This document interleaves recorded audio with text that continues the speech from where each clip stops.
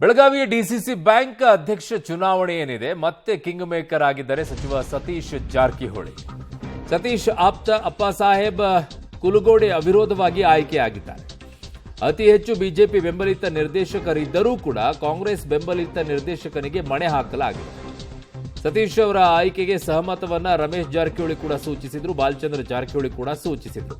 ಕಾಂಗ್ರೆಸ್ ಸರ್ಕಾರ ಇರುವ ಕಾರಣಕ್ಕೆ ಬ್ಯಾಂಕ್ ಅಭಿವೃದ್ಧಿ ದೃಷ್ಟಿಕೋನದಿಂದ ಕುಲಗೋಡೆ ಅವರನ್ನ ಆಯ್ಕೆ ಮಾಡಲಾಗಿದೆ.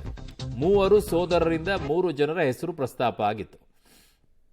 ಅಣ್ಣಾಸಾಹೇಬ್ ಜೊಲ್ಲೆ ಪರ ರಮೇಶ್ ಜಾರಕಿಹೊಳಿ, ಸುಭಾಷ್ ಢವಳೇಶ್ವರ್ ಪರ ಬಾಲಚಂದ್ರ ಜಾರಕಿಹೊಳಿ, ಅಪ್ಪಾಸಾಹೇಬ್ ಕುಲಗೋಡೆ ಪರವಾಗಿ ಸತೀಶ್ ಜಾರಕಿಹೊಳಿ. ಮೂವರ ಹೆಸರು ಸಭೆಯಲ್ಲಿ ಚರ್ಚೆ ಮಾಡಿ ಅಂತಿಮವಾಗಿ ಕುಲಗೋಡೆಯವರ ಹೆಸರು ಅಂತಿಮವಾಗಿದೆ. ಸೊ ಕಾಂಗ್ರೆಸ್ ಸರ್ಕಾರ ಇರುವ ಕಾರಣಕ್ಕೆ ಬ್ಯಾಂಕ್ ಅಭಿವೃದ್ಧಿಯ ದೃಷ್ಟಿಕೋನದಿಂದ ಅವರನ್ನು ಆಯ್ಕೆ ಮಾಡಿದ್ದಾರಂತೆ. ಸೊ ಜಿಲ್ಲಾ ಉಸ್ತುವಾರಿ ಸಚಿವರ ಆಯ್ಕೆಗೆ ಸಹಮತವನ್ನು ಕೂಡ ರಮೇಶ್ ಜಾರಕಿಹೊಳಿ ಜೊತೆಗೆ ಬಾಲಚಂದ್ರ ಜಾರಕಿಹೊಳಿ ಕೂಡ ಸೂಚಿಸಿದ್ದಾರೆ. ಸೊ ಹಾಗಾಗಿ ಡಿಸಿಸಿ ಬ್ಯಾಂಕ್ಗೆ ತೆರಳಿ ನಾಮಪತ್ರವನ್ನು ಅಪ್ಪಾಸಾಹೇಬ್ ಕುಲಗೋಡೆ ಸಲ್ಲಿಸಿದ್ದಾರೆ. ಎಲ್ಲಾ ನಿರ್ದೇಶಕರ ಜೊತೆಗೆ ತೆರಳಿ ನಾಮಪತ್ರ ಸಲ್ಲಿಕೆಯಾಗಿದೆ.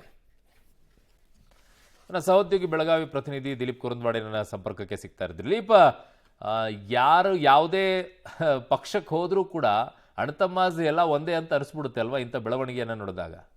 ಹೌದು ಅರುಣ್, ಪ್ರಮುಖವಾಗಿ ಏನಂತಂದ್ರೆ ಜಾರಕಿಹೊಳಿ ಸೋದರು ಮತ್ತೊಮ್ಮೆ ಒಂದೇ ಕಡೆ ವೇದಿಕೆ ಮೇಲೆ ಬಂದಿರುವಂತ ಬಹಳ ವಿಶೇಷವಾಗಿರುವಂತದ್ದು.